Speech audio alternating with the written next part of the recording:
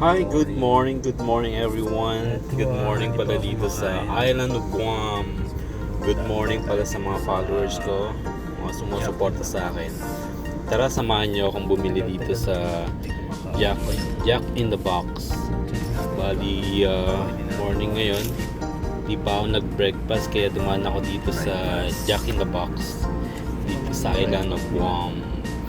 Ito, marami silang pagpipilian, pero ang nagustuhan ko dyan is yung meat lovers burrito nila.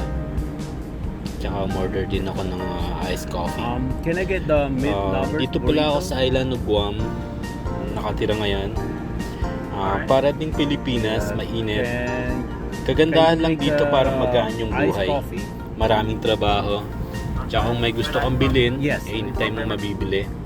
Dahil sa isang sahod mo lang, marami ka nang mabibili. Yes, please. At like sa Pilipinas, kung hindi maganda yung trabaho mo, parang ang hirap bumili ng gusto mo. Dito sa Guam, isang sahod mo lang, pwede ka nang bumili ng ilang sapatos, damit, mga groceries. Yeah, so bali nag-drive-thru ako ngayon dito sa Jack in the Box. Yung mga sandwich nila. Maraming fast food dito sa Guam. Dito na rin yung Jollibee at McDonald's.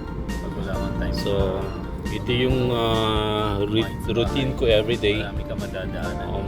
Nagwo-work ako dito sa catering company dito sa Guam. Yeah, so bali nag-drive-thru ako ngayon.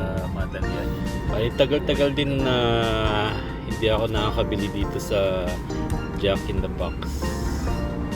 So, sa mga hindi nakakaalam, dito sa Island of Guam, maliit lang to, pero ang ganda ng view. Maraming turistang pumupunta dito. So, iyon ang kinabubuhay ng island ng Guam. Tsaka maraming trabaho dito. Kung hindi ka lang mapili, pwede kang mag-double job or tatlong trabaho.